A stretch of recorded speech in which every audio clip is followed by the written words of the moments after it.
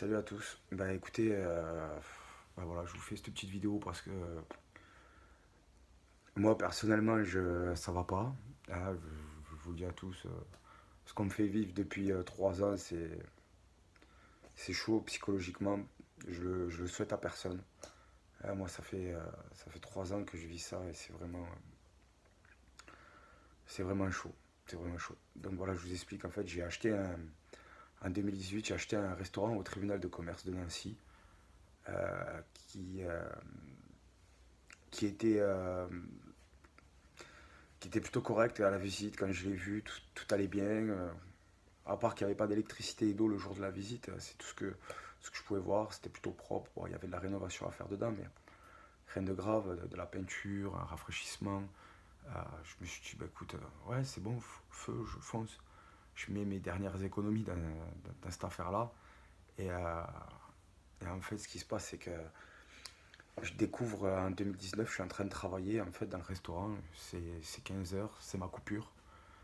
Et j'entends un craquement et au-dessus de moi, en fait, j'ai le plafond qui se décroche et les plafonds qui se décrochent, qui viennent me couper la jambe en deux, qui me tombent dessus. Et j'ai eu la jambe coupée en deux, en fait. J'ai eu une rupture du tendon d'Achille pied droit. Deux opérations en 48 heures. La première, elle n'a pas tenu. J'ai dû me refaire opérer le lendemain. Je suis resté pendant 13 mois dans un fauteuil roulant, euh, sans aide, sans rien du tout à domicile. Vraiment, j'ai vécu la descente aux enfers. J'ai fait venir un ingénieur et en fait, sur le bâtiment, on a découvert qu'il y avait une fuite d'eau quelque part, mais que personne n'arrivait à trouver ou à savoir où elle était. Et je me suis dit, mais attendez, ça voudrait dire que le tribunal de commerce m'a vendu un restaurant où c'est qu'il y avait une fuite d'eau dedans et que personne ne sait où elle est. Et il me dit, bah oui. Il me dit, si on fait le lien, oui. Du coup, je préviens le propriétaire, je lui dis, écoutez, il faut faire marcher les assurances, il faut trouver quelque chose et tout. Et il me dit, ok, d'accord, je reviens vers vous. Et au lieu de revenir vers moi avec les assurances, eh ben, il m'a mis, au bout d'un mois et demi, 2 mois de pas pouvoir exploiter parce que j'étais en fauteuil roulant. C'était moi qui étais le cuisinier principal. J'ai eu une assignation pour une expulsion de local, pour loyer impayé. Donc j'ai décidé de mettre en place mon restaurant en redressement judiciaire auprès du tribunal de commerce. Je connaissais pas, j'étais jeune, j'avais pas toutes ces connaissances que j'ai acquises à l'heure d'aujourd'hui en fait. Et, on m'a nommé un administrateur judiciaire, un mandataire judiciaire. Et en même pas un mois en fait, j'ai pas eu le temps de me justifier du pour, du pourquoi, qu'est-ce qui s'est passé en un mois. Je me suis vu retrouver devant le tribunal de commerce et à me voir perdre mon restaurant. Alors, je sais pas comment certains pourraient le vivre, mais pour moi, ça a été très dur parce que je me retrouve handicapé, en fauteuil roulant, j'ai plus d'argent, je peux plus travailler, j'ai tout perdu en fait, d'un coup. Et puis on m'enlève mon restaurant et on me dit, ben, tu devras payer tant pendant 7 ans, sinon on te saisit tout. Donc du coup, eh ben, ce qu'il ne savait pas, c'est que le propriétaire, avant, il avait déjà commencé à tout me saisir. Vu que je suis en entreprise individuelle, eh ben, j'ai eu des saisies. Mes meubles ont été pris, ont été mis vente aux enchères publiques. Ma voiture a été saisie. J'ai tout perdu, en fait. Alors que de base, c'est moi qui ai acheté. Je suis victime de l'affaire. Et en fait, donc j'ai décidé de prendre un avocat et puis de faire appel de la liquidation judiciaire. Et, et je vais en cours d'appel. Et en cours d'appel, eh ben, en fait, je gagne, je gagne un cours d'appel contre le tribunal de commerce qui dit qu'ils ont précipité la liquidation judiciaire et qu'il y a un défaut dans la procédure. Donc du coup, il me renvoie en redressement judiciaire et il met une période d'observation de 1 an. Donc du coup, je décide de refaire à mes frais vu que j'ai pas de contact avec le propriétaire, il me communique plus avec moi. Je me dis, bah, écoute, je vais refaire les travaux et quoi qu'il en coûte, je vais réexploiter dedans, et puis je rembourserai ce que j'ai à rembourser, et puis voilà, et puis on va éponger comme ça. Et du coup, je décide de faire ça. Donc, au bout de 12 mois de restaurant fermé, procédure de redressement, les loyers se sont accumulés. Euh, J'accumule un passif de 29 000 euros, et 90% du passif sont les loyers du propriétaire. Donc, je décide, je fais les travaux, je réexploite, je remets en route, je refais une com et tout. Et bim, le Covid, la crise Covid arrive. Euh, Restaurant fermé pendant 1 an. Je me dis, bon, du coup, ben, je respecte les règles comme tout le monde, hein, je n'ai pas le choix, j'applique. Donc je ferme mon restaurant, et puis j'attends de pouvoir bénéficier des aides pour pouvoir ben, régler tout ça. Et, euh, et en fait, pendant 1 an, ben, je ne suis pas allé dans mon restaurant, j'y suis allé je suis allé une fois par mois, ou une fois tous les 2 3 mois, parce que ça me faisait déjà de la peine de ne pas pouvoir travailler. Euh, J'avais des difficultés au niveau personnel, parce que, comme tous les restaurateurs, hein, j'ai eu des problèmes aussi, moi, personnellement, en plus de cette affaire-là. Et, et du coup, quand le Covid s'arrête, qu'on peut rouvrir les restaurants et qu'on puisse exploiter, j'arrive dans le restaurant, je travaille, et au bout de 3 semaines, tous les restaurants de la salle du restaurant, tous les plafonds de la salle du restaurant s'écroulent. Et là, je me dis, mais c'est incroyable, vous êtes là, tu te donnes les moyens, tu t'acharnes, tu te dis, bon, le propriétaire c'est un bâtard, on va continuer, on va insister, on va s'en sortir, on va relever la tête. Et puis il se passe ça, tu vois. Il se passe que t'as tous les plafonds de la cuisine, de la salle du restaurant qui s'effondrent. Du coup, je refais venir l'ingénieur, et l'ingénieur il me dit, bah, écoute, là c'est chaud. Il me dit, les IPN qui a déjà un renfort dans la structure, ils ont changé de forme, les poutres elles sont mortes, je fais venir des sociétés pour faire des devis. On m'annonce 80 000 euros de devis. Je me dis, wow, je pourrais jamais, j'ai rien fait, j'ai rien demandé. Et du coup, je commence à partir un peu en dépression. Je commence à partir un peu en dépression. J'ai failli, ouais, j'ai pensé au pire plus d'une fois. Je me suis vu les huissiers qui venaient tous les jours à la maison, les mandataires judiciaires qui m'envoyaient 50 000 courriers. J'ai, je me suis fait, je sais pas de mots pour vous expliquer comment vous pouvez vivre cette tension-là, en fait, de voir les huissiers tous les jours à la maison, les flics à la maison, tous les jours, tous les jours, tous les jours. Parce que cette putain d'affaire, eh ben, en fait, tu t'es retrouvé en plein du milieu d'une putain d'affaire où c'est que t'as rien demandé, tu vois. T'étais juste là pour faire ton pain, ton argent, et au final, tu vois, des ripoux. Des ripoux, ils m'ont vendu un restaurant. Et voilà. Et au final, à l'heure d'aujourd'hui, la propriétaire, en fait, elle fait tout avec donc la propriétaire, elle s'appelle Tassin Allison, c'est la journaliste de l'Élysée, et qui est aussi la journaliste de TF1. Et ben, en fait, cette femme-là, elle joue de ses influences pour me mettre la pression en bas, pour que je ne puisse pas sortir la tête de l'eau. Donc j'ai des contrôles sociaux de tous les côtés, j'ai des contrôles comme ça, la police municipale qui rentre chez moi dans mon domicile, qui vient dans mon jardin, la police municipale locale qui rentre dans mon portail, qui vient, qui fait le tour de ma voiture, qui me dit, ouais, ta voiture elle peut pas bouger, si je te vois dehors, je te mets des PV, que des trucs de pression comme ça.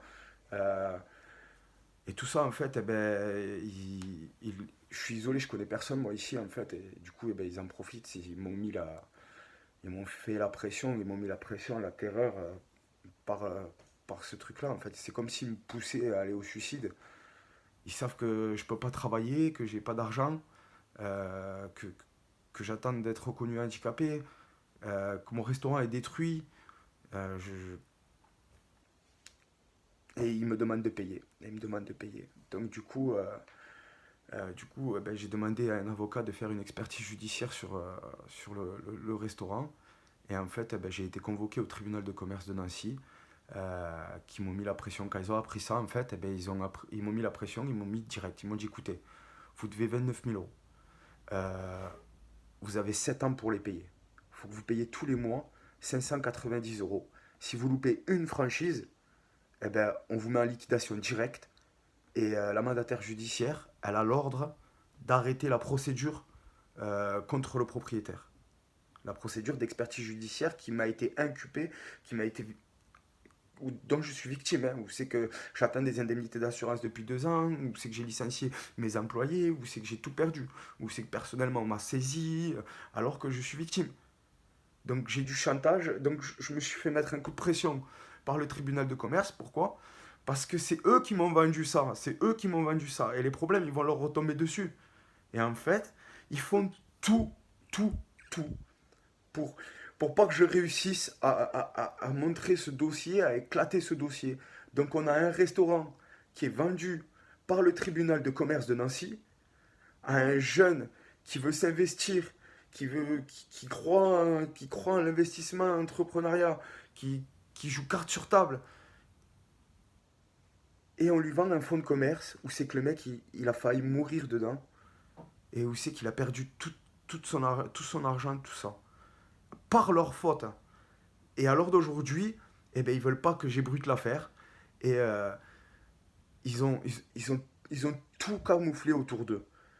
L'avocat que j'ai moi-même, mon avocat qui m'a défendu depuis le début, depuis qu'il sait ça, eh ben, il n'y a plus personne, j'ai plus d'avocat, je reçois même plus de courrier, j'ai même plus de mail, j'ai plus de... Il est payé, hein, il est payé l'avocat, j'ai plus rien. Depuis qu'il sait que le tribunal de commerce m'a vendu ça, et qu'il a découvert ça, eh ben mon avocat, il est...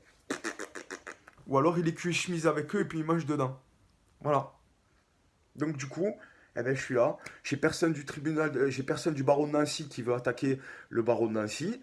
Et puis ben moi, ben, on essaie de m'étouffer en fait. Et puis ben en fait ils ont réussi parce que l'assurance de Madame Tassin, en fait Madame Tassin, elle leur a expliqué, elle leur a dit écoutez, il va finir en liquidation judiciaire, vous aurez rien à payer.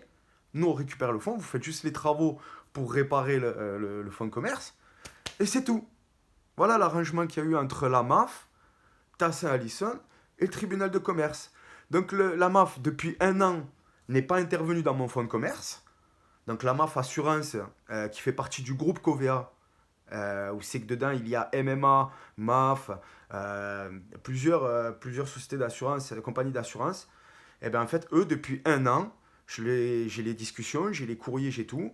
Ils ne sont pas intervenus dans mon restaurant. Depuis 1 an, ils m'ont laissé comme ça.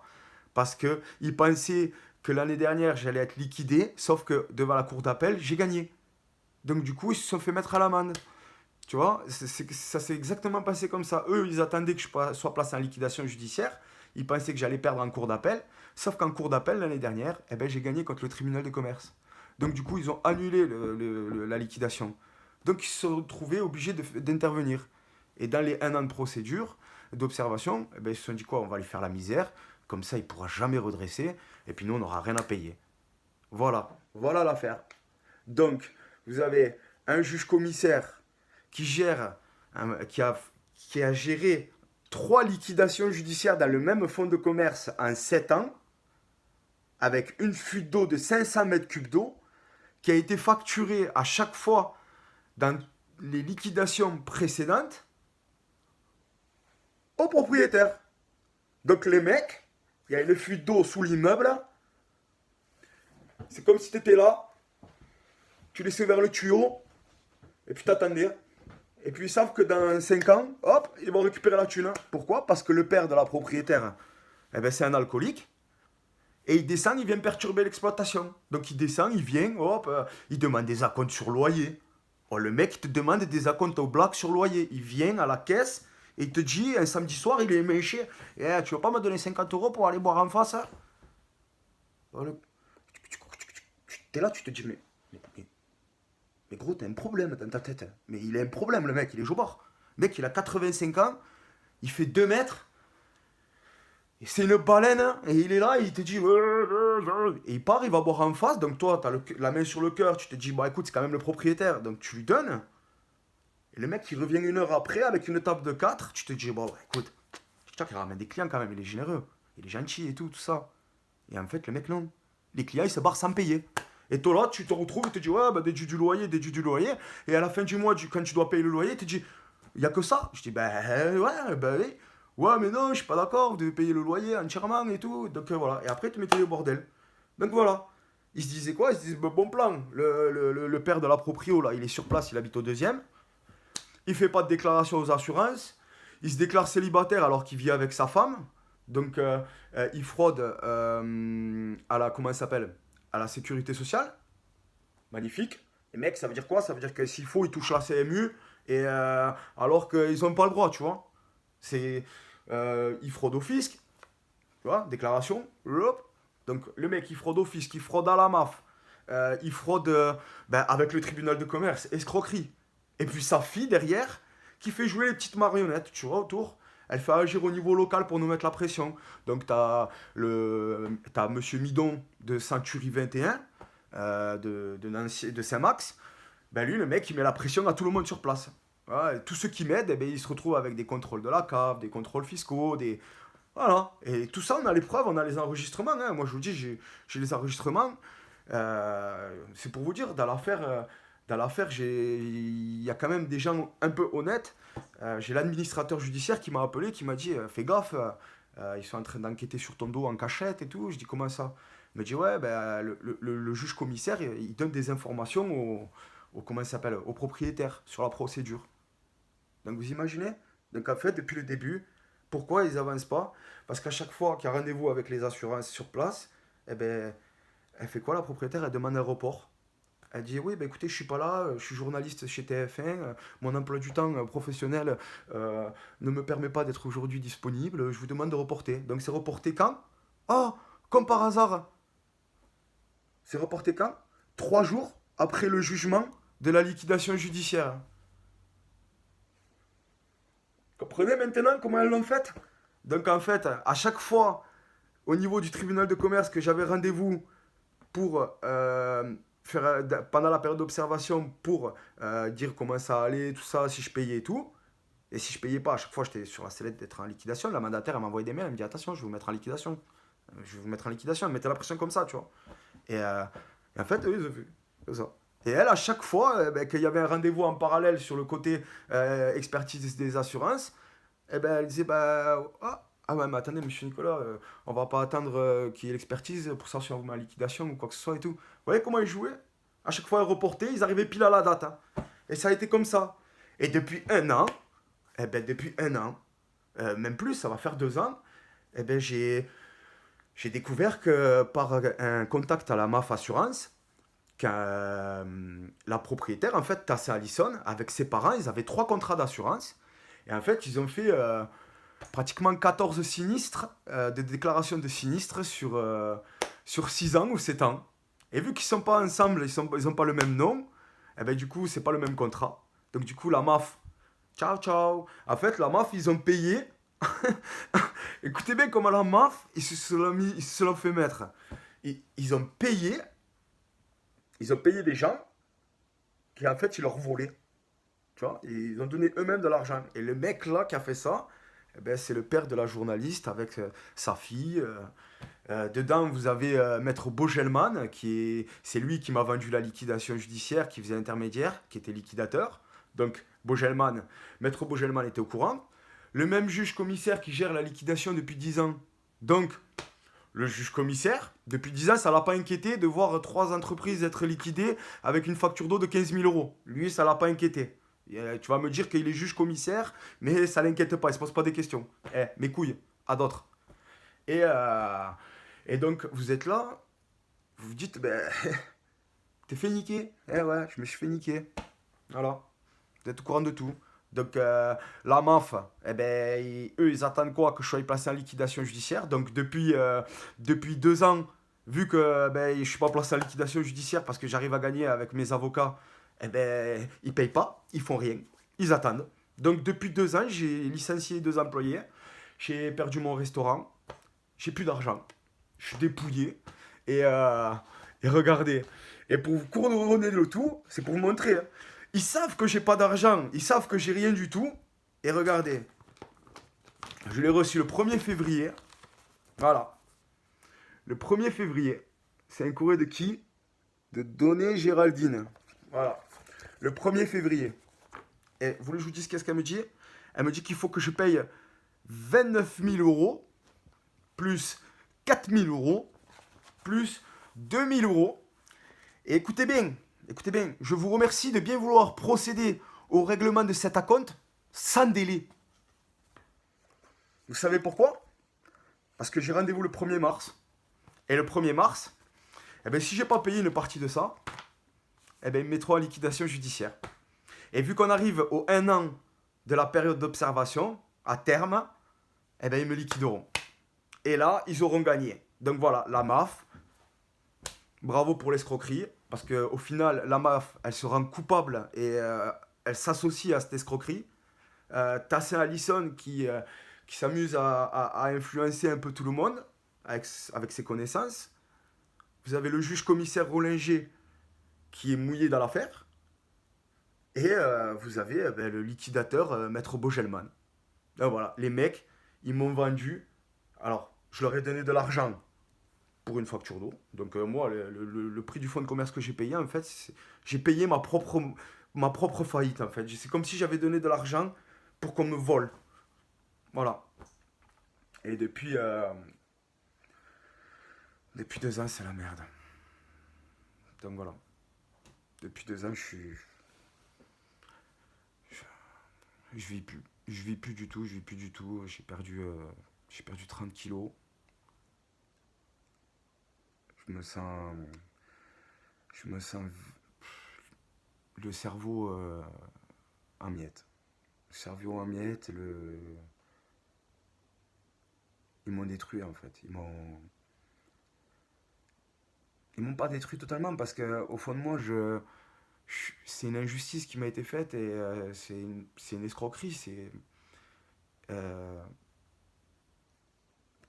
des fois, c'est dur d'être seul parce que vous savez, il y a beaucoup de gens avant que j'arrive à découvrir tout ça. Et il y a plein de gens sur la route, ils m'ont pris pour un fou. Quand je leur ai raconté, ils m'ont dit mais non, c'est. Mais alors d'aujourd'hui, j'ai j'ai perdu beaucoup de personnes sur ma route.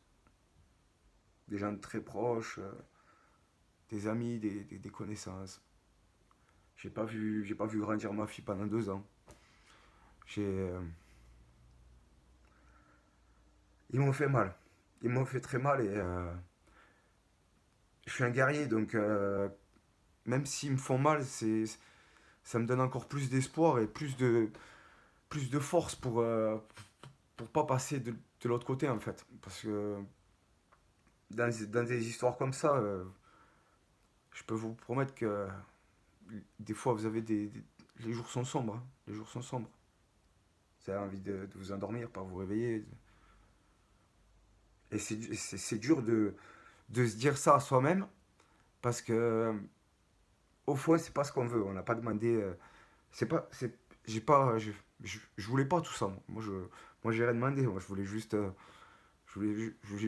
faire ma vie, investir, faire grandir mes enfants. Tu vois, c'était vraiment. Désolé. Et, euh, et au final, eh ben, ils m'isolent. Et ils essayent que ça se sache pas. Et puis ils essayent d'étouffer l'affaire. Et là, je suis là. Je subis, je subis, je subis, je subis. Et je me tais. Et je me dis, jusqu'à quand ça va continuer en fait? Jusqu'à quand je vais. Jusqu'à quand ils vont me mettre la pression en fait, comme ça, pour me faire craquer? Tu vois, parce que c'est vite fait, tu vois. Tu prends un couteau dans ta cuisine, tu te tranches les veines, c'est facile. Mais je suis pas de. Je suis pas de ce côté-là en fait. Ils peuvent me mettre la pression, me faire craquer, tout ce qu'ils veulent. Ils peuvent me rendre. Je suis insomniaque, je dors plus et tout. Ils peuvent faire tout ce qu'ils veulent, mais ils pourront pas. Ils pourront pas me faire flancher. Donc voilà. Donc s'il y a des gens qui peuvent, si vous pouvez diffuser ce témoignage parce que j'ai vraiment besoin qu'on vienne m'aider en fait. Je vous demande pas. Je vous demande pas de l'argent en fait. Je vous demande juste de diffuser cette vidéo en masse et de venir en aide à un jeune restaurateur. J'ai 30 ans. Ça fait 3 ans, j'ai acheté ça à 27 ans. J'ai toujours été réglo carré, j'ai toujours Malgré mon tempérament, j'ai toujours respecté les choses. Et là, aujourd'hui, c'est c'est dur. C'est dur. Donc voilà. Merci à tous. J'espère que maintenant vous comprenez dans quoi je suis tombé. Et voilà. Merci à tous. Ciao, ciao.